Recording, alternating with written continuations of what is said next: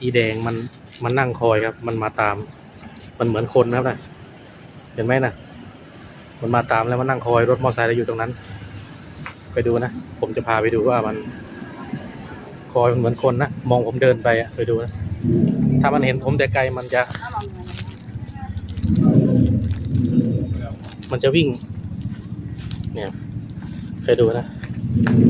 ว่าเหมือนคนขนาดไหนรถมอเตอร์ไซค์ผมก็จอดนะ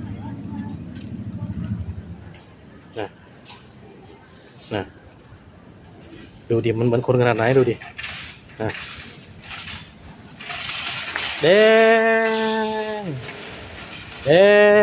งเนี่ยดูมันดูอีแดงดูมันนะ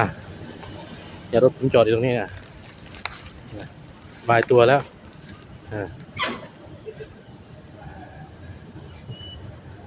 ไปแล้ว